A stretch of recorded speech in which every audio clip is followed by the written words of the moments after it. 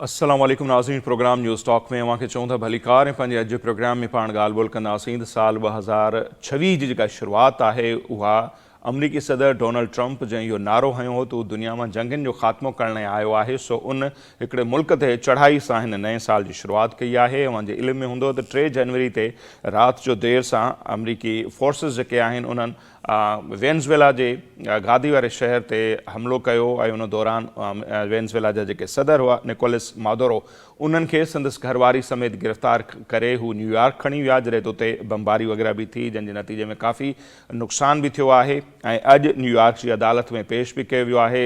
Venezuela जे सदर खे मथसि इल्ज़ाम मढ़ियो वियो आहे त हू इंटरनेशनल लेवल ते जेके मंशियात जा गिरोह आहिनि वॾा उन्हनि जे सरपरस्ती करे पियो, अमरीका में कोकीन पहुचाइण में उन्हनि जो हथु हो। हिकिड़े पासे ते इहो इल्ज़ाम आहे, ॿिए पासे असीं ॾिसूं था त जेको बयान बि अचनि पिया, अमली कोशिशूं बि आहिनि अमरीका जूं, उन मां ज़ाहिर थिए पियो त हीउ मामिलो मंशियात ताईं महदूद न आहे, पर हीउ मामिलो काफ़ी अॻिते वञे पियो ऐं उनजा ॿ वॾा जेके कारण आहिनि। हिकिड़ो कारण आहे त ख़िते में जेका चीन जो असर रसूख़ जेको वधे पियो उनखे रोकणु आहे, छाकाणि त हिन समूरे ख़िते में वेनेज़ुएला हुजे, भरपासे जा ॿिया जेके मुल्क हुजनि उते चीन जो असर रसूख़ वधे पियो, उनखे रोकणो आहे। उन सां गॾोगॾु तेल जा जेके ज़ख़ीरा आहिनि जेके ॿुधाए पियो 303 अरब बैरल तेल जेको आहे ख़ाम तेल उन ख़िते में मौजूदु आहे। चीन सभ खां वधीक जेको आहे तेल ख़रीद कंदड़ मुल्क आहे वेनेज़ुएला खां, सो उहो उन ते कब्ज़ो करणु आहे या उन सां गॾोगॾु जेके ॿिया नेचुरल रिसोर्सिस आहिनि उन्हनि ते कब्ज़ो करणु आहे। सो हिन हमले खे दुनिया कीअं पियो ॾिसे, हींअर ताईं गॾियल हिकिड़ो रद्दमल असांखे नज़र अचे पियो। कुझु मुल्क आहिनि जेके हुनजी मुखालफ़त कनि पिया, अमरीका जेको कुझु कयो आहे ग़लति आहे, कुझु हुनजी सपोर्ट कनि पिया था। फ्यूचर जो मंज़रनामो छा आहे, छाकाणि त डोनाल्ड ट्रंप एसि ताईं बीहण वारो न आहे, हुन त ईरान खे बि धमकियूं ॾिनियूं आहिनि, गॾोगॾु उत्तर कोरिया जे हवाले सां बि उहे जेके ख़्यालु रखंदा सभिनी खे ख़बर आहे। अॼु उन्हनि इहो बयानु ॾिनो आहे क्यूबा जे हवाले सां, जंहिंजी बि हिकिड़ी डिघी तारीख़ रही आहे मज़ाहिमत जे हवाले सां, पोइ फिडल कास्त्रो हुजे या ॿिया जन मुसलसल स्ट्रगल कई पंहिंजे मुल्क जे हवाले सां। सो क्यूबा जे हवाले सां ट्रंप जो चवणु आहे त वेनेज़ुएला जी हुकूमत जे ख़ात्मे खां पोइ हाणे क्यूबा जी हुकूमत पाण ई ख़तमु थी वेंदी, छाकाणि त उन्हनि वटि आमदनी जो को ख़ासि ज़रियो कोन्हे, उन्हनि खे वेनेज़ुएला मंझां ई मदद वेंदी हुई ऐं उन हुकूमत जे ख़ात्मे खां पोइ हाणे क्यूबा जी हुकूमत बि ख़तमु थी वेंदी। सो इहो सिलसिलो किथे दंग कंदो उन ते पाण अॼु प्रोग्राम में ॻाल्हि ॿोल कंदासीं। जीअं मूं ज़िक्र कयो त हिकिड़े पासे इन हमले खे दुरुस्त करार ॾिनो पियो वञे त ॿिए पासे उनजी मुखालफ़त बि थिए पई। पाकिस्तान में बि कुझु धुरियूं आहिनि जेके उनजी मुखालफ़त कनि पियूं थियूं। कल्ह कराची में असांखे हिकिड़ी एहतजाजी रैली बि नज़र आई, पाण अॼु प्रोग्राम में उन ते बि ॻाल्हि ॿोल कंदासीं त उन्हनि धुरियुनि जो मौक़िफ़ छा आहे। हींअर सीनियर सहाफ़ी ऐं तर्जुनिगार आहिनि जुनैद अंसारी साहब, जेके इंटरनेशनल मामलनि ते ॾाढो सुठो लिखनि था, ॻाल्हाइनि था, उन्हनि सां पाण ॻाल्हि ॿोल कंदासीं त हू इन समूरी सूरत हाल खे कीअं था ॾिसनि। सीनियर सहाफ़ी ऐं तर्जुनिगार जुनैद अंसारी साहब असां सां वीडियो लिंक ते मौजूदु आहिनि, जेके इंटरनेशनल इशूज़ ते ॾाढो सुठो ॻाल्हाइनि था, ॾाढो सुठो लिखनि था, उन ते पढ़नि था। जुनैद साहब तमामु घणी महिरबानी, अवां असांखे वक़्तु ॾिनो। ऐं साल 2026 जी जेका शुरूआति थी आहे, कीअं था ॾिसो त नए साल जे शुरू थियण जे 3 ॾींहंनि खां पोइ अचानक सां इहा ख़बर थी अचे। हालांकि ॾिठो वञे त ट्रंप जे पहिरें दौर या उनखां बि अॻे इन्हनि ॿिन्ही मुल्कनि जा के लाॻापा एॾा सुठा कोन हुआ, पर अचानक हिकिड़े मुल्क ते ईअं हमिलो करणु रातो राति, उनजे प्रेसिडेंट खे उनजी घरवारी खे अगवा करे खणी वञणु, छा था सम्झो इन समूरी सूरत हाल जे पुठियां? नसीर साहब, पहिरियों त सभ खां वॾी महिरबानी, तव्हां हिकु भेरो ॿीहर इंटरनेशनल इशूज़ ते ॻाल्हाइण लाइ मौक़ो फ़राहम कयो। तव्हांखे यादि हूंदो पाण प्रोग्राम कयो जॾहिं ईरान जो क्राइसिस थियो जी। ईरान जे क्राइसिस में हिकिड़ो जुमिलो चयो, welcome in the Trump era. जेको ट्रंप एरा आहे न उहो अनप्रेसिडेंट आहे। छा जे करे 2025 साल हो अमरीका ऐं अमरीकन एस्टेब्लिशमेंट जेका आहे ग्लोबल जेके सॼो निज़ाम हलाइनि था, उन्हनि उन करार ॾिनो उन साल खे स्ट्रेटेजिक रीसेट। स्ट्रेटेजिक रीसेट इहो सॼो कॉन्सेप्ट आहे कि जेके मुल्क आहिनि, चाहे ईरान हुजे, नॉर्थ कोरिया आहे, वेनेज़ुएला आहे, या हींअर तव्हां ईंदड़ कुझु वक़्त में ॾिसंदव त ईरान में अंदरूनी जेको मामला हलनि वेठा उहो बि हिकिड़ी नई सूरत हाल अख़्तियार कंदा। या गज़ा जी पॉलिसी आहे, ही बेसिकली चाइना कंटेनमेंट प्लान, त चीन खे कीअं सोड़ो कजे, चीन खे कीअं जेके कारोबारी मंडियुनि ताईं चीन पहुचे थो, जिथे पंहिंजो इन्फ्लुएंस वधाए थो, उनखे कीअं रोके सघिजे थो। हिन वक़्तु अमेरिकन लेड जेका ग्लोबल सुपर पावर आहे ऐं अमेरिकन लेड जेका ग्लोबल एम्पायर आहे, सिंपली उहा हींअर इन कोशिश में आहे त कीअं असां चीन खे दुनिया जे हर खिते में जेको उनजो असर रसूख़ वधे थो, कारोबारी असर रसूख़ वधी रहियो आहे, उनखे कीअं असां कंटेंट करे सघूं, कीअं उनखे सोड़ो करे सघूं, कीअं उनखे श्रिंक करे सघूं। त हीअ जेको वेनेज़ुएला जो क्राइसिस आहे, बिल्कुलु हीअ उनजी ई कड़ी आहे जेका कड़ी गुज़िरियल साल तव्हांखे ईरान में नज़र आई। जेका तव्हांखे मिडल ईस्ट में नज़र आई। सादी ॻाल्हि हीअ आहे, जेकॾहिं पाण मुख़्तसिर हलूं त वेनेज़ुएला 9 लख स्क्वायर किलोमीटर मुल्क आहे, 9,12,000 चौरस किलोमीटर जो, 3 करोड़ जी आबादी आहे। हुनजी सॼी डिपेंडेंस इकोनॉमी जी आहे ऑयल ते। बिल्कुल वक़्त ताईं दुनिया में प्रूवन रिजर्व्स आहिनि ऑयल जा वधि में वधि वेनेज़ुएला वटि ज़ाहिर थिया आहिनि। ऐं वेनेज़ुएला जी टोटल इकोनॉमी डिपेंडेंस, छो त 50% इकोनॉमिक इंडिपेंडेंस ऐं हुनजी फॉरेन एक्सपोर्ट आहे 90% ऑयल जी। सही हैरत अंगेज़ तौर ते वेनेज़ुएला जी 1999 में जीअं उते बोलेवियन रेवोल्यूशन आयो, उन खां पोइ उते मुस्तहकम पॉलिटिकल सेटअप त रहियो कोन। होगो शावेज़ आयो त होगो शावेज़ वॾे पैमाने ते सेंट्रलाइज कयो इकोनॉमी खे। पर हैरत अंगेज़ तौर ते होगो शावेज़ जे दौर दौरान में घटि स्टेबिलिटी ही, फाइनेंशियल स्टेबिलिटी हुई उन मुल्क में। पर हींअर 2013 खां ऑनवर्ड्स जीअं हिन जो दौर हो सदर मारूफ जो, त टे शयूं ॾाढियूं भयानक थियूं। हिकिड़ो त सॼी दुनिया, छो त हिन ते कारोबारी पाबंदियूं हणी छॾियूं त हिन जी मईशत वेही वई। 80% थी आहे मईशत हिन मुल्क जी, माना सुकुड़ 80% मईशत सुकुड़जी आहे। त 2016 में GDP पर कैपिटा इनकम जेको वेनेज़ुएला जो हो, उहो $15,000 हो, माना फी फर्द जी सालियानी आमदनी, जेका हींअर $3100 आहे। इन मथां अंदाज़ो लॻायो त ग्लोबल एम्बार्गोज़ पाबंदियूं केॾो वॾो इम्पैक्ट विझनि थियूं कंहिं मुल्की मईशत ते। नंबर 2, ज़ाहिरी ॻाल्हि आहे, हेॾी वॾी मुआशी पाबंदी त उनजो इम्पैक्ट आयो हाइपर इन्फ्लेशन, माना 51% उते हिन वक़्तु हिन साल बि 51% महांगाई आहे। इहा ॻाल्हि तय थी वई त वेनेज़ुएला जी मईशत क्रिपल करे वई। हाणे सवाल इहो आहे, जेको बुनियादी सवाल आहे, त आख़िर हींअर अमेरिका खे सॼी दुनिया में जेको ताक़त जो पंहिंजो हुननि इस्तेमालु कयो आहे, जेके चइबो आहे इख़्लाक़ियात जो को बि इख़्लाक़ियात जी का बि जेका आहे ताक़त जे आॾो का बि इख़्लाक़ियात न आहे, त हुननि इख़्लाक़ियात जा बखिया उडेड़े हिकिड़े सदर खे अगवा खणा, सादी ॿोली में अगवाई चइजे, खणी वञण लाइ अमेरिका इहो क़दम छो खयो? सिंपल एतिरो आहे, अमेरिका कतई नथो चाहे त इन खिते में चीन जो इन्फ्लुएंस वधे। हाणे सवाल इहो हुजणु खपे त इन्फ्लुएंस वधी कीअं रहियो आहे। तव्हां ॼाण में आहे त ब्रिक्स नाले हिकिड़ी ऑर्गेनाइज़ेशन आहे, ब्राज़ील, रशिया, इंडिया ऐं चाइना। इहे जेके 4 मुल्क आहिनि, नसीर साहब, इन्हनि 4 मुल्कनि जी एराज़ी दुनिया में जेको बि तजियो थींदो आहे, उहो जाग्राफी, सियासत ऐं मईशत खां सवाइ तजियो थी नथो सघे। 4 मुल्क आहिनि, इन्हनि जी एराज़ी टोटल लॻभॻि 4 करोड़ स्क्वायर किलोमीटर आहे ऐं हुननि जी आबादी 3.25 अरब। दुनिया में तक़रीबन $300 खरब जी इन्हनि सभिनी गॾियल मुल्कनि जी मईशत आहे। अमेरिका ऐं हुन जे इतिहाद जी मईशत जेका गॾियल तौर आहे, उहो $600 खरब जी आहे। हाणे ब्रिक्स वारो जेको इतिहाद, उनजो लीडर जेको आहे, उहो चाइना आहे।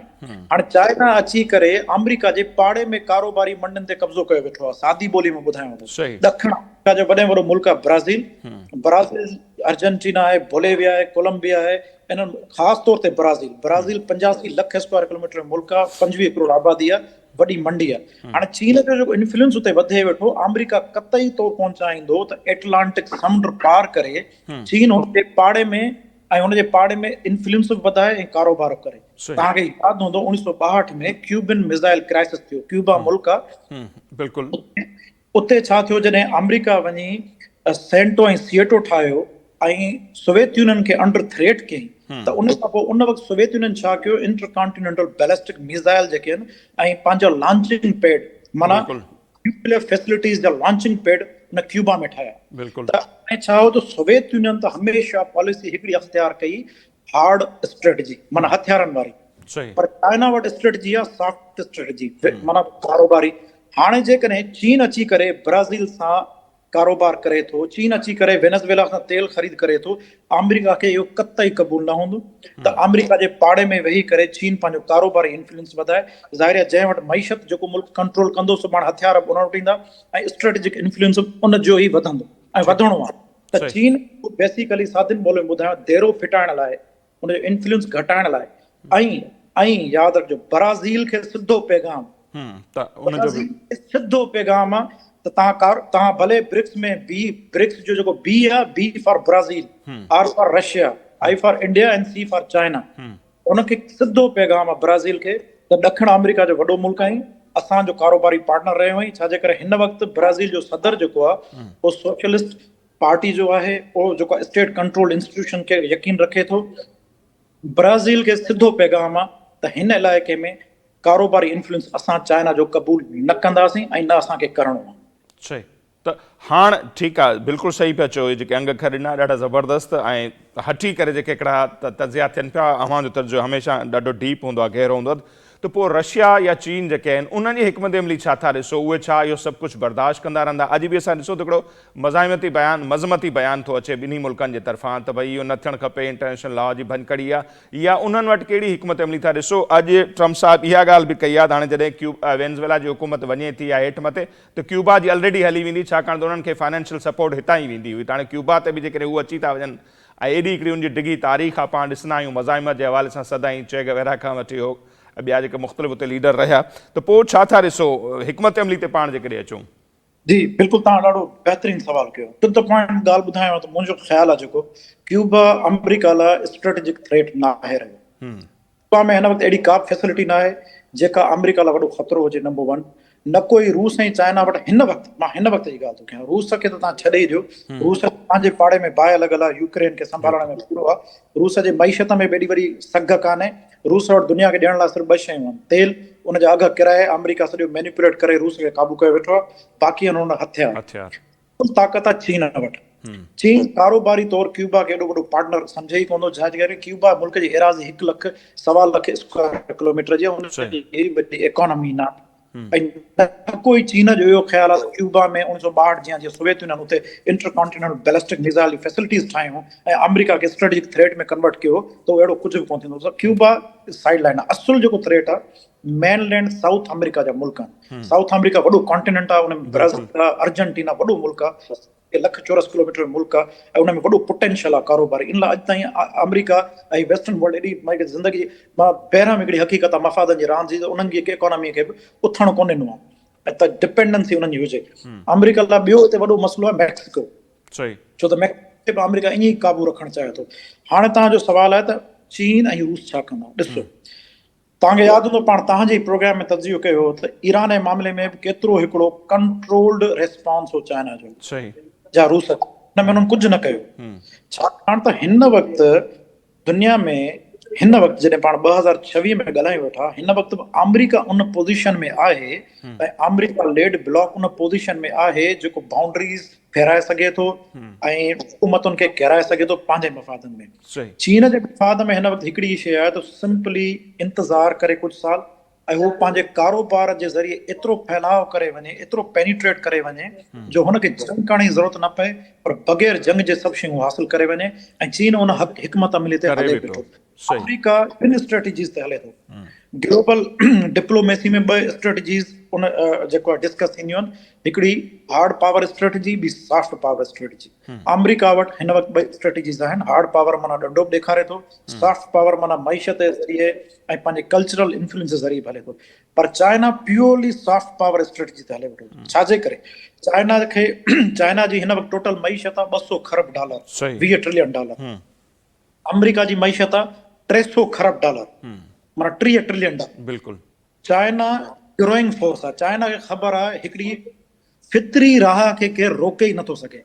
ईंदड़ 10 सालनि में चाइना अमेरिका खे ओवरकम कंदो, दुनिया जो नंबर 1 मुआशी ताक़त थी उभरणो आहे। सॼी तयारी इन में आहे। चाइना जी उन जेका मुआशी ताक़त जी उभार आहे उनखे कीअं सिलो कजे ऐं जेकॾहिं वंस हू उभरी उन जाइ ते पहुचे थो त कीअं उन सां हिसेदारी में मामला भई तय कजनि, तव्हांजे हिसे में छा ईंदो, असांजे हिसे में। हिन वक़्तु चाइना बिल्कुलु पैसिव स्ट्रेटजी ते हलंदो, एग्रेसिव न थींदो। बज़ाहिर अमेरिका हुकूमतूं तब्दील करे वेंदो, वेनेज़ुएला में करे वञे, ईरान में करे वञे, या इवन नॉर्थ कोरिया में बि करे सघे थो, या पॉइंट्स ते करे सघे थो। चीन एग्रेसिव न थींदो। चीन वरी बि वेंदो ब्राज़ील सां कारोबार वधाईंदो, चीन जो जवाबु हूंदो अर्जेंटीना सां कारोबार वधाईंदो, चीन जो जवाबु हूंदो मैक्सिको खे रैत सां, माना जेका शइ सपोज यूरोप ऐं अमेरिका जो एक्सपोर्टर हुनखे $10 में ॾे, चीन हुनखे रुपए में ॾींदो। इवन चाइना अमेरिका जे ख़ुदि मईशत जे अंदरि वॾे पैमाने ते पेनिट्रेट कंदो।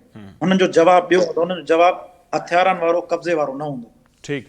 अच्छा, पोइ जेका जुनेद साहिबु अव्हां हीअ ॻाल्हि कयो था, पोइ हीअ त इहो थियो न माइट इज़ राइट जे अचे त सिंधी में पाण चयो त ॾाढो सो क़ाइबो हू इहो ई कानून थो हले। मिसाल यूक्रेन ऐं रशिया में पाण ॾिठोसीं चीन ऐं ताइवान जो जेको मसइलो हले थियो पियो उते बि ज़ाहिर आहे चीन जेको करे पियो पोइ अमेरिका हिते पियो करे त हिकिड़ा माण्हू इहो बि दलील ॾियनि था जंहिं वटि जिते ताक़त आहे पाकिस्तान ऐं अफ़गानिस्तान जा लाॻापा या जेको कुझु थिए थो जहिड़ी टाइम मर्ज़ी पवे थी हू कनि था असां कयूं था त पोइ हर कोई इहो थो करे जंहिं वटि जेका ताक़त आहे कल्ह जेको रशिया जे प्रेसिडेंट जो बयान बि हो ऐं उन ते एटम बम खे बि ॼण त इहो चयो त दुनिया उन तरफ़ अचे जंहिंजी आर्मी स्ट्रांग हूंदी जंहिं वटि एटम बम हूंदो उनखे केरु कुझु न करे सघंदो पोइ त हिकिड़ो दलील इहो बि अचे पियो। साईं नसीर साहब इहा बेरहमानी हक़ीक़त आहे। तव्हां ऐं मां जॾहिं असां गिरो कयो पिए प्रोफेशनली त असांजे दौर में जॾहिं पंहिंजी ग्रोथ पे थी त पाण डेमोक्रेटिक इंस्टीट्यूशन जी जुड़त जी ॻाल्हि ॿुधी जी तव्हांखे यादि हूंदो 2006-07 में त पाण दुनिया में जमहूरियत ईंदी दुनिया में फज़ीलत ईंदी ऐं इहे जेके नारा आहिनि जेके ॻाल्हियूं आहिनि वक़्ती मफ़ादनि जे आधार ते वॾा मुल्क दुनिया में फैलाईंदा आहिनि उन में बि उनजा मफ़ाद हूंदा आहिनि पर इहा बेरहमानी हक़ीक़त आहे जेका तव्हांजे साम्हूं आया आहे इंसानी तारीख़ तां खणी ॾिसो ऐं इंसानी इर्तकाई दौर खे तव्हां पढ़ी ॾिसो सही ताक़त दुनिया जी वॾे में वॾी इख़्लाक़ियात आहे ऐं अॼु साम्हूं नज़र अचे वेठो पोइ जेका बि कानून आहिनि उहे बि इख़्लाक़ियात ते ताबे आहिनि पर ताक़त दुनिया जी वॾे में वॾी इख़्लाक़ियात आहे। माइट इज़ बिल्कुलु राइट आहे माना अमेरिका सुपर पावर आहे त ताक़त जे बुनियाद ते इख़्लाक़ियात ते बखिया उढेड़े हिकिड़े मुल्क जे सदर खे खणी आयो ऐं बिल्कुलु तव्हां जेके रेफरेंस ज़बरदस्त ॾिना रूस यूक्रेन में इहो ई कयो जो ताक़तवर आहे ऐं जो मुल्क आहे उहो बि ईअं ई करे वेठो ऐं जंहिंखे जिथे ताक़त आहे उहो इस्तेमालु पंहिंजी ताक़त जे ज़ोर ते करे वेठो ऐं ताक़त सां ॻाल्हाईंदी आहे इहा हिते हक़ीक़त आहे। पर हाणे इहो थींदो त हिकिड़ो मां तव्हांजे प्रोग्राम में इहो मुंहिंजो पंहिंजो ख़्यालु आहे ॾिसो हिकिड़ी तय थी वई आहे वर्ल्ड वॉर 2 खां पोइ दुनिया में 2 सुपर पावर आहे सोवियत यूनियन ऐं अमेरिका। सही सोवियत यूनियन वारी जेका सीट ख़ाली थी 1990 में सही उहा सीट 2 प्रेडिक्शन आहे चीन will be equally super power along USA ऐं हींअर जेका वेड़ आहे उहा हीअ आहे वेड़ न चवां मुक़ाबिलो हीअ आहे त जेॾीमहिल चाइना सुपर पावर थी उभरी ईंदो त उनखे जेका दुनिया वंड विरासत में ॾियणी आहे छाजे करे 1990 खां वठी 2035 ताईं 45 साल पूरा थींदा 45 साल खां पोइ दुनिया में ईअं कॾहिं न रहियो आहे त अकेले सिर्फ़ु दुनिया में कंहिं मुल्क हुकुमरानी कई हुजे हिननि खे चीन हिसो ॾियणो पवंदो।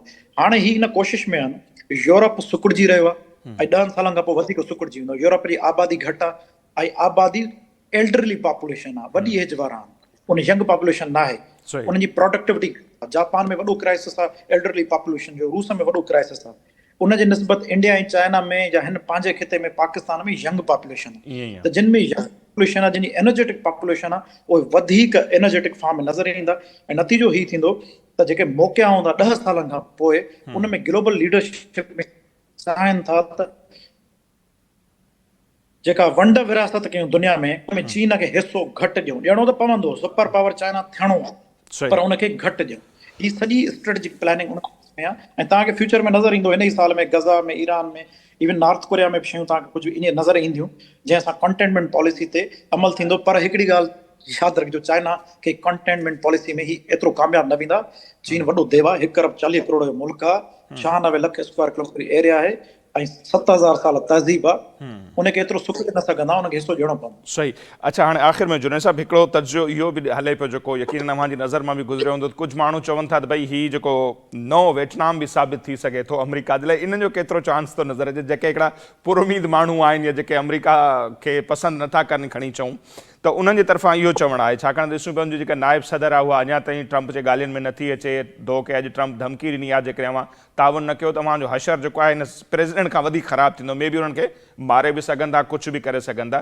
पर उतां जा माण्हू त बीठा आहिनि पर अॻिते का मज़ाहिमत अहिड़ी नज़र त कोन थी अचे पर तभी कुझु माण्हू पुरुमीद आहिनि थी नओं वियतनाम बि साबित थी सघे थो इन जो केतिरो अव्हांखे इम्कान नज़र पियो अचे।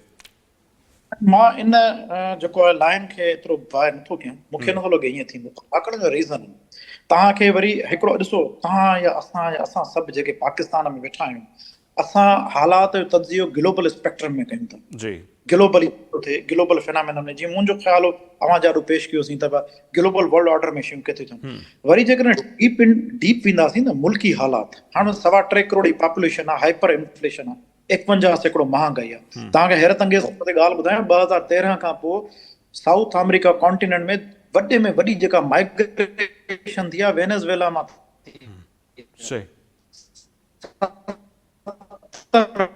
लख माण्हू मुल्क छॾे लॾे विया आहिनि। सही मां स्टेबल सोसाइटी न आहे।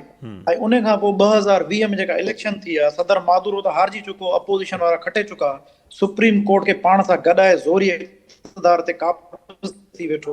हाणे तव्हां वरी अंदरूनी खलफशार ॾिसो, कुझु हुजे प्रेसिडेंट हुगो शावेज़ जो, पर प्रेसिडेंट हुगो शावेज़ 1992 में इक़्तिदार ते कब्ज़े जी कोशिश कई, जेको बाद में वैलिडेट थियो।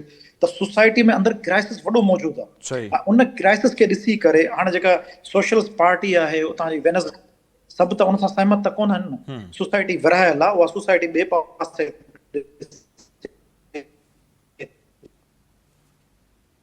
सही ठीक है। जुनेद साहब तमाम घणी मेहरबानी। असांखे वक़्तु ॾिनो। आख़िर में शायद इंटरनेट जो कुछ इशू हो। जुनेद अंसारी साहब इंतहाई ज़बरदस्त अंदाज़ में समूरो तजियो पेश कयो त असल मक़सद छा आहे। ही मक़सद आहे ज़ाहिर चीन जेको वधे पियो दुनिया में उनखे सोढ़ो करणु आहे। बाक़ी जेके तेल हुजे उन जा ज़ख़ीरा जेको 303 अरब बैरल तेल ॿुधाए पियो, ख़ाम तेल उते आहे या ॿिया जेके ॿी मादनियात आहे उन ते कब्ज़ो करणु आहे। बाक़ी मंशियात हिकिड़ो बहानो आहे को मंशियात जे स्मगलर जेके ग्रुप आहिनि उनखे हेठि पियो करे। हिते नज़र वक़्तु थियो पियो मुख़्तसिर ब्रेक जो। ब्रेक खां पोइ वापसि ईंदासीं त इन मामले ते पाण अञा वधीक तफ़सीली तौर ते ॻाल्हि ॿोल कंदासीं।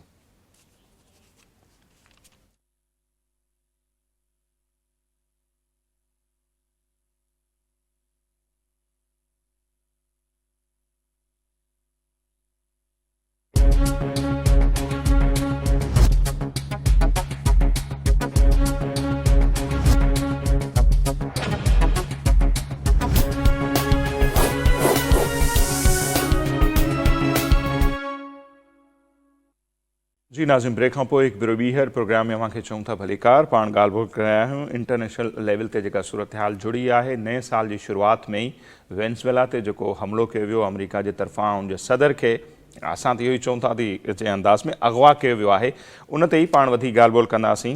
प्रोफेसर असगर दश्ती साहब जेके आहिनि उहे असां सां हीअं टेलीफोन लाइन ते मौजूदु आहिनि। इंटरनेशनल इशूज़ ते उहे बि ॾाढो सुठो ॻाल्हाइनि था, लिखनि बि था, पॉलिटिकल वर्कर बि आहिनि। ऐं कराची में अमेरिका जे इन जारियत ख़िलाफ़ु जेका पहिरीं रैली निकिती उन्हनि जो बि हू हिसो रहिया। प्रोफेसर साहब तमामु घणी महिरबानी, अव्हां असांखे वक़्तु ॾिनो। कीअं था ॾिसो त डोनाल्ड ट्रंप जेके इहो नारो हणी आया हुआ त हू दुनिया मां जंगियूं ख़तमु कंदा, वरी पोइ पाकिस्तान उन्हनि खे नामज़द पे कयो नोबल पीस प्राइज़ लाइ, अचणु शर्त उन नए साल जी जेका हिकिड़ो त ईरान ते उन्हनि जो हमिलो, ॿिया मुख़्तलिफ़ मुल्कनि ते जेके अमेरिका जूं कारवायूं उन्हनि खे सपोर्ट करणु, वेनेज़ुएला जहिड़े हिकिड़े मुल्क ते ईअं राति जो हमिलो करणु, उन जे प्रेसिडेंट खे उन जी घरवारी खे अगवा करे खणी वञणु, इन समूरी सूरत हाल खे कीअं था ॾिसो प्रोफेसर साहब? जी नसीर गोपाल साहब, सभिनी खां पहिरीं महिरबानी। ॾिसो तव्हां बिल्कुलु सही टर्मिनोलॉजी यूज़ कई त अगवा, दिस इज़ किडनैपिंग। इहे हिकिड़ो अगवाकारी आहे। या असांजो जेको हिते इंटरनेशनल मीडिया आहे, जेको नेशनल मीडिया आहे, उहो इन लफ़्ज़ खे अरेस्ट जे मायना में इस्तेमालु थो करे या गिरफ़्तारी। ॾिसो गिरफ़्तारी हिकिड़ी लीगल शइ हूंदी आहे। अरेस्ट करणु माना अमेरिका वटि को लीगल अथॉरिटी न आहे त उहो हिकिड़े independent sovereign state J head of the state खे खणी वञे। ठीकु आहे न, ई क्लियर कट हिकिड़ो अगवा आहे ऐं हिकिड़ो क्रिमिनल फेल आहे ज़ाहिर आहे। ऐं ॾिसो जेको ये सभु कुछ थियो आहे, ये जेको मामलो आहे, ये रुगो को अमेरिका जो सिफारती कॉन्फ्लिक्ट न आहे वेनेज़ुएला सां। ये हिकिड़ो मुनज़िम ऐं मुसलसल जारियत जी हिकिड़ी माना सूरत आहे, क्लियर कट।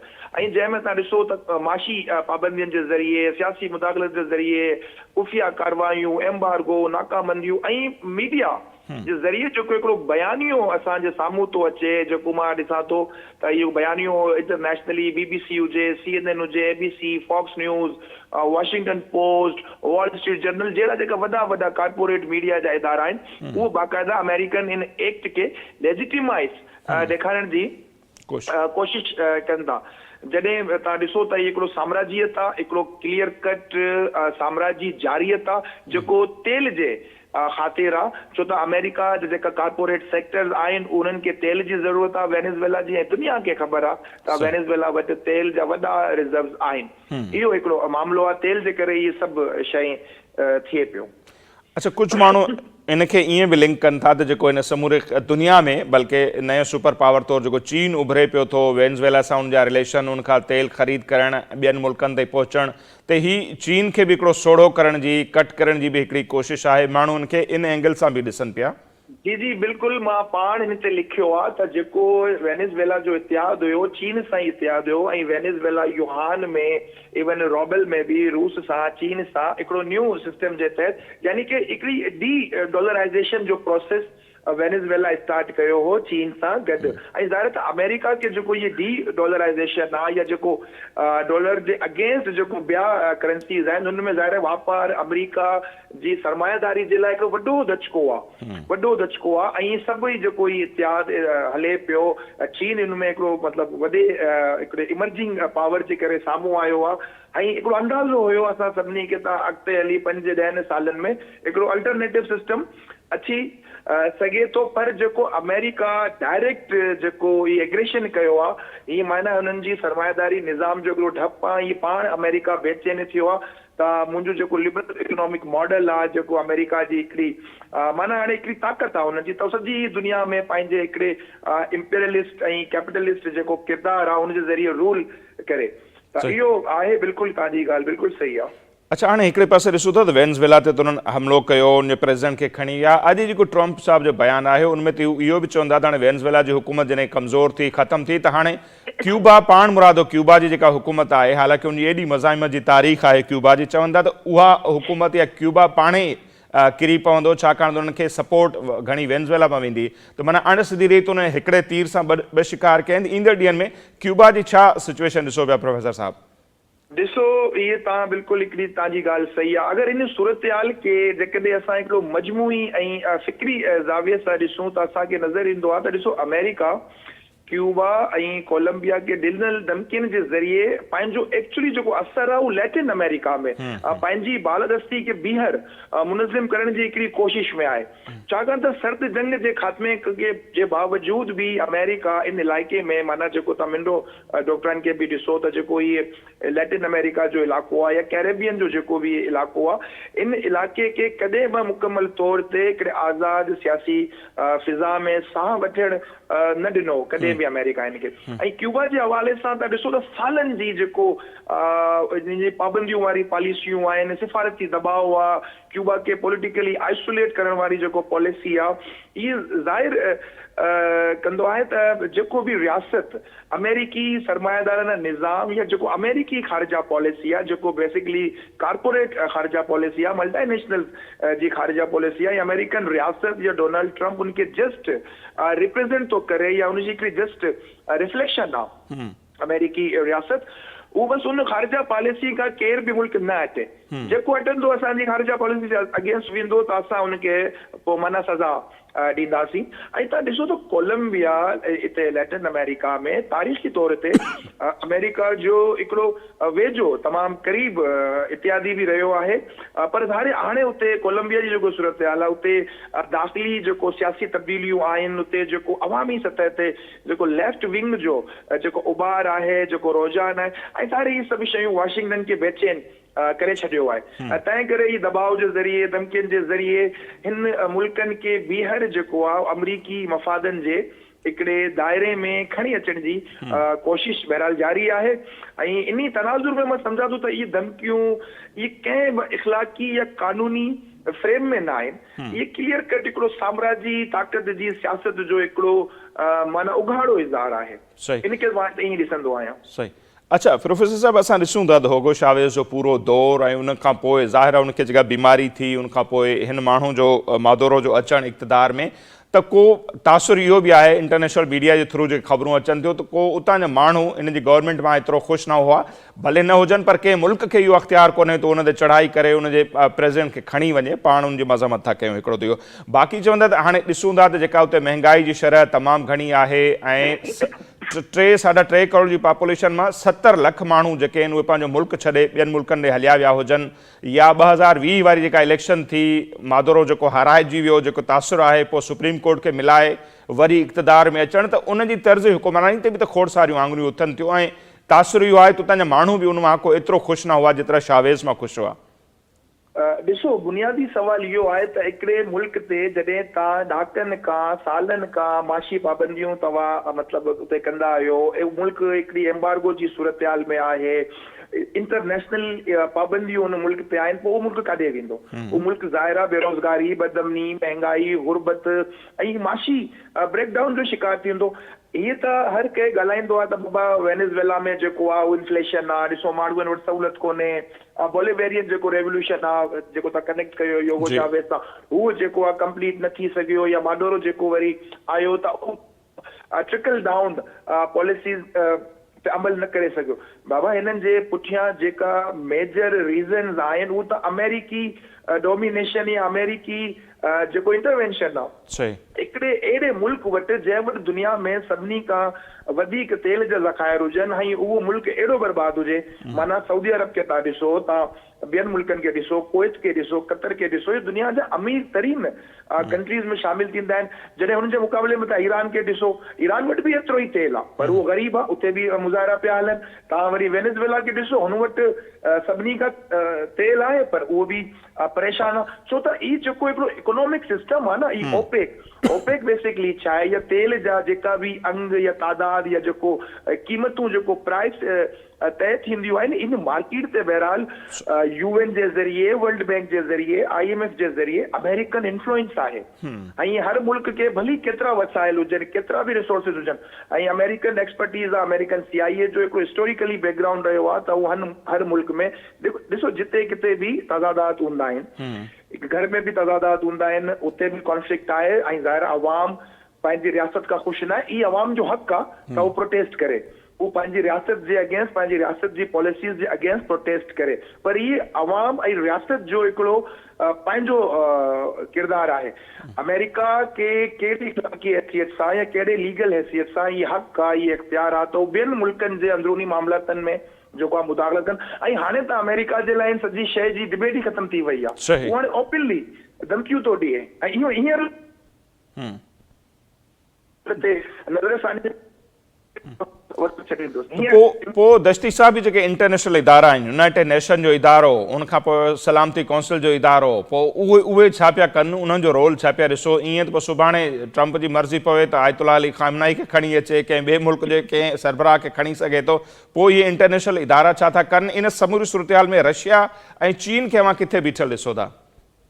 अगर मां पहिरीं थोरो इंटरनेशनल लॉ या जेको UN जी तव्हां ॻाल्हि कई, ॾिसो इहो जेको आलमी कानून आहे, जेको इंटरनेशनल लॉ आहे, हाणे असांखे त शर्म थी अचे त असां इनखे को कानून बि चऊं या को इंटरनेशनल हिकिड़ो माना अमन अमान जी सूरतहाल जी ॻाल्हि कयूं। इहे सभु शयूं कागज़नि ते त सभिनी जे लाइ बराबरि आहिनि हिकिड़े हिसाब खां, पर इंटरनेशनल लॉ अमली तौर ते हमेशह जेको मां ॾिठो आहे त ताक़तवर रियासतनि जी जेको मफ़ाद आहे उन मफ़ादनि जे ताबे रहियो आहे। त हाणे हींअर वेनेज़ुएला में ॾिसो, इराक में ॾिसो, फ़लस्तीन, लीबिया, ईअं अफ़गानिस्तान, इन तमामु मामलनि में इहो जेको इंटरनेशनल लॉ या UN हिकिड़ो डबल स्टैंडर्ड वारो किरदारु जेको आहे उहो बिल्कुलु अदा कयो आहे। ॾिसो जिते कानून कमज़ोरनि जे लाइ लाज़िम ऐं थींदो आहे त उते जेको ताक़तवर रियासतूं आहिनि उते त हुननि जी का परवाह न आहे। ऐं जेको UN आहे, ॾिसो UN गैर जानिबदार इदारो न आहे, इहे असांजी ज़हन में जेको ग़लति फहमी आहे, जेको हिकिड़ो नैरेटिव आहे त बाबा UN आहे, इहे हिकिड़ो सालिसी इदारो आहे, इहे गैर जानिबदार न्यूट्रल इदारो आहे। सेकेंड वर्ल्ड वार खां पोइ UN ठाहिण जो मक़सदु ई हुयो त इहे ताक़तवर रियासतनि जे जेका बि मफ़ादात ऐं उन्हनि खे सिक्योर करे, ऐं गॾोगॾु जेको इंटरनेशनल लॉ आहे, ॾिसो इंटरनेशनल लॉ जी जेको डेवलपमेंट आहे 400-500 सालनि खां जेको कॉलोनाइज़ेशन जो पीरियड हलियो आहे सॼे यूरोप में, जिते यूरोप दुनिया भर के जेको आहे उहो कब्ज़ागिरी कई, जंगू कयो, कॉलोनाइज़ कयो, ग़ुलाम बणायो, ऐं उन्हनि जे विच में ई इंटरनेशनल लॉ बि डेवलप थियो आहे उन्हनि कॉलोनाइज़र जे कब्ज़ागिरियुनि खे प्रोटेक्ट करण ऐं सिक्योर करण जे लाइ। इन करे त इहे जेको इंटरनेशनल लॉ आहे इन्हनि जी पंहिंजी कॉलोनियल ऑरिजिन्स आहिनि, इहे बि न्यूट्रल न आहे। इन करे त असांखे वधीक असांखे भई लॉ आहे त लॉ में छा थींदो, कानून किथे आहे, प्रैक्टिकली त किथे बि कानून न आहे। फ्यूचर छा था ॾिसो हाणे वेनेज़ुएला जो? अवां उनजी नाइब सदर त कोन थी मने अमेरिका खे, अमेरिका ट्रंप चए थो असां पाण मामला हलाईंदासीं, ऐं के माण्हू इन उमेद सां बि आहिनि त ही नओं जेको आहे वियतनाम बि साबित थी सघे थो अमेरिका जे लाइ। अव्हां छा था ॾिसो वेनेज़ुएला जो फ्यूचर सर? ॾिसो, जॾहिं अमेरिका फर्स्ट ॾींहुं जेको अटेम्प्ट कयो त अल जज़ीरा पंहिंजी हिकिड़ी रिपोर्टिंग कई। अल जज़ीरा जे रिपोर्ट मूजिब त बाबा सड़कनि ते माण्हू न आहिनि। पोइ मां हिन ते लिखियो आहे ऐं बाक़ाइदा अल जज़ीरा खे कोट करे लिखियो आहे त पिक्चर अभी बाक़ी है, पिक्चर अभी बाक़ी है। माना अॼु टियों ॾींहुं आहे त अॼु ॾिसो त वेनेज़ुएला में माण्हू निकिता आहिनि रोडनि ते ऐं बाक़ाइदा हिकिड़ी रेजिस्टेंस जी सूरत असांखे साम्हूं नज़र थी अचे।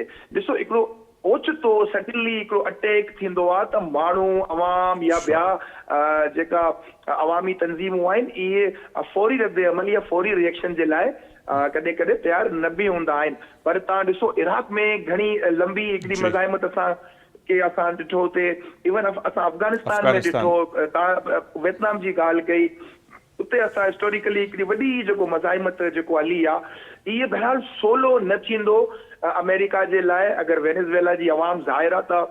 ॾिसो, तक़सीम भली कहिड़े मुल्क में हुजे पर वेनेज़ुएला जे अवाम में हिकिड़ो जेको वॾो जेको तादाद आहे उहो बहरहाल एंटी अमेरिका त आहे। ऐं ॾिसो, मां गॾोगॾु तंग चवां, ईरान में भली ठीकु आहे, ईरानी अवाम पंहिंजे रिजीम जे ख़िलाफ़ आहिनि या उते थियोक्रेसी आहे हुनजी पॉलिसीज़ जे ख़िलाफ़ आहिनि, पर ईरानी कौम as a whole American fascism, American aggression जे ख़िलाफ़ आहे। इन करे हिन मुमालिक में रिजीम चेंज करणु एतिरो सोलो बहरहाल न थींदो। हा, हिकिड़ो अहिड़ो मुल्क हुजे जिते वॾे अंग में माना वॾे पैमाने में प्रो अमेरिकन माण्हू हुजनि, अहिड़ी सूरत न त वेनेज़ुएला में आहे न ईरान में आहे, त हीअ रिजीम चेंज इहे जेको पुराणा हिन तरीक़ेकार इन्हनि खे तमामु घणी रेजिस्टेंस मिलंदी, तमामु घणी रेजिस्टेंस मिलंदी। ई 2001 में बि इन्हनि जी कैलकुलेशन हुई त असां अफ़गानिस्तान खे बसि कब्ज़ो करे छॾींदासीं। 2003 में हिननि जी कैलकुलेशन ग़लति साबित थी।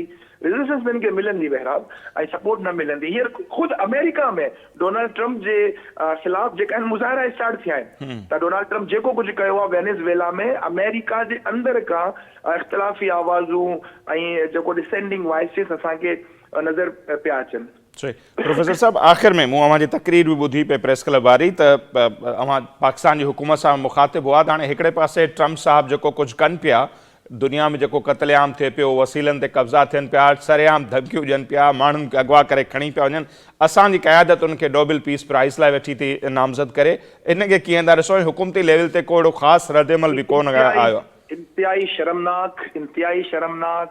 शर्मनाक अमल आहे। ॾिसो, पाकिस्तानी रियासत सभिनी खां पहिरीं सेंटकॉम जेको सेंटकॉम आहे जेको फ़लस्तीन जे क़त्लेआम जे वॾे में वॾो ज़िम्मेवार आहे, अमेरिकन सेंटकॉम सेंट्रल कमांड, उन्हनि खे चीफ के जनरल माइकल कोरिला खे हिते घुराए इस्लामाबाद में पाकिस्तान जो वॾे में वॾो आला सिविलियन अवार्ड उन्हनि खे ॾिनो वियो आहे। इहो सेंटकॉम आहे जेको सॼी दुनिया में तबाहियूं कंदो आहे, माण्हू मारींदो आहे। ठीकु आहे, असां उन्हनि खे सिविल अवार्ड ॾिनो सेंटकॉम खे। ऐं हिकिड़े पासे असां चवंदा आहियूं त असां इस्लाम जा किला आहियूं, असां फ़लस्तीन सां गॾु बीठा आहियूं, पर फ़लस्तीन जे कातिल खे असां अवार्ड था ॾियूं। सेकेंड नंबर ते पाकिस्तानी प्राइम मिनिस्टर शहबाज शरीफ जेको आहे ट्रम्प खे नॉमिनेट कयो, नामज़द कयो, पाकिस्तानी स्टेट ट्रम्प खे नामज़द कयो। उहो ट्रम्प, साॻियो ट्रम्प जेको ओपनली चयो आहे त यरूशलम जेको आहे उहो उते जेको मशरिकी यरूशलम आहे उहो दारुल ख़िलाफ़त थींदो, कैपिटल थींदो इज़राइल जो, इहो साॻियो ट्रम्प आहे जेको हथियारूं ॾींदो आहे, जेको सर्विलियंस इक्विपमेंट्स ॾींदो आहे, जेको फंड्स ॾींदो आहे, सिफ़ारती सपोर्ट ॾींदो आहे, मिलिट्री सपोर्ट ॾींदो आहे अगेंस्ट फ़लस्तीनियन। ऐं असां हुन ट्रम्प खे ई वरी नोबेल पीस प्राइज़ जे लाइ बहरहाल नॉमिनेट त कयूं। तमामु शर्मनाक आहे। ऐं तव्हां ॾिसो त अमेरिका जॾहिं हमिलो कयो वेनेज़ुएला ते त छा स्टांस रहियो पाकिस्तानी गवर्नमेंट जो, असांजी फॉरेन जेको मिनिस्ट्री आहे या असांजे स्टेट जे जेका इदारा आहिनि उन्हनि जो छा स्टांस हो? उन्हनि जो स्टांस हुयो त सब्र तहमुल से काम ले। माना अमेरिका खुली दहशतगर्दी कई, खुली जारियत कई, ओपनली उते अटैक कयो ऐं तव्हां उन जंग खे, उन हमले खे, उन एग्रेशन खे कंडेम करण जे बजाए तव्हां चओ था त सब्र तहमुल से काम ले। माना इहे कहिड़ो स्टांस आहे? ये पाकिस्तान जो कहिड़ो स्टांस आहे? ऐं मां सम्झा थो त हिकिड़े पासे पाकिस्तान चीन जो अलाई आहे ऐं सम्झे थो त चीन मुंहिंजो भाउ आहे, मुंहिंजो दोस्त आहे, शहद से मीठी कुलज़ुम से गहरी वग़ैरह वग़ैरह, ऐं ॿिए पासे अमेरिकन जेको फ़ौजी अलायंस जो भी पार्टनर सही। आहे माना उते उन एग्रेशन के जो बेसिकली त थी न जाई अगेंस्ट हिकिड़े हिसाब खां अगरि तव्हां मल्टीपोलर वर्ल्ड जे हिसाब में इन शइ खे ॾिसो त बहरहाल पाकिस्तान जो किरदारु शर्मनाक किरदारु आहे ऐं मां सम्झा थो त हुकूमत पाकिस्तान खे फिलफोर अमेरिका सां जेतिरा बि हिननि जा फ़ौजी मुआहिदा आहिनि जेतिरा हिननि जा मिलिट्री अलायंसिस आहिनि फिलफोर हिननि खे ख़तमु करण जी ज़रूरत आहे छाकाणि त हीअ आवाम जी बुनियाद ते न आहे पाकिस्तानी अवाम या पाकिस्तानी सिटीज़न्स जो अहिड़ो कॾहिं बि को मुतालबो न रहियो आहे त पाकिस्तानी गवर्नमेंट अमेरिका सां फ़ौजी इतिहाद ठाहे ये असांजो अवाम जो माण्हुनि जो ये मुतालबो न आहे त मां सम्झां थो त अमेरिका हिकिड़ो ज़ाहिर आहे हिकिड़ो इंपेरियल कंट्री आहे ऐं ज़ाहिर आहे उहो असां वेनेज़ुएला जे अवाम सां गॾु आहियूं असां वेनेज़ुएला जी ख़ुदमुख़्तारी सां गॾु आहियूं ऐं हुकूमत पाकिस्तान खे जेतिरा मिलिट्री अलायंसिस आहिनि ख़तमु करण जी ज़रूरत आहे। ठीक है प्रोफेसर साहब, तमाम घणी मेहरबानी। असांखे वक़्तु ॾिनो। प्रोफेसर असगर दश्ती साहब जो मौक़िफ़ असांजे साम्हूं आहे। ॾिसूं था त ईंदड़ ॾींहंनि में छा थो थिए। ख़ासि तौर ते जेको टारगेट आहे ज़ाहिर वेनेज़ुएला सां गॾु ही चीन टारगेट आहे, उन्हनि जे तरफ़ां रद्दमल छा थो अचे। जुनैद अंसारी साहब जो मौक़िफ़ असांजे साम्हूं त हुननि जो फोकस मईशत ते आहे ऐं सिधी रीति कंहिं बि टकराव जो हिसो न थींदा। बहरहाल जेका उते हुकूमत आहे वेनेज़ुएला जी, ॾिसूं था त केतिरा ॾींहं बरक़रार रहे थी ऐं ट्रंप जी अॼु धमकी आहे त जेकर ताउन नथा कयो त अवां जो हशर जेको आहे मादोरो खां बि वधीक ख़राबु थींदो। उतां जे माण्हुनि जी राय छा आहे ईंदड़ ॾींहंनि में ख़बर पइजी वेंदी। पाण उन ते बि ॻाल्हाईंदासीं। अॼु जो असांजो हीउ प्रोग्राम हिते पंहिंजी पुॼाणी ते थो पहुचे। असां ॾींदा इजाज़त। अले निगहबान।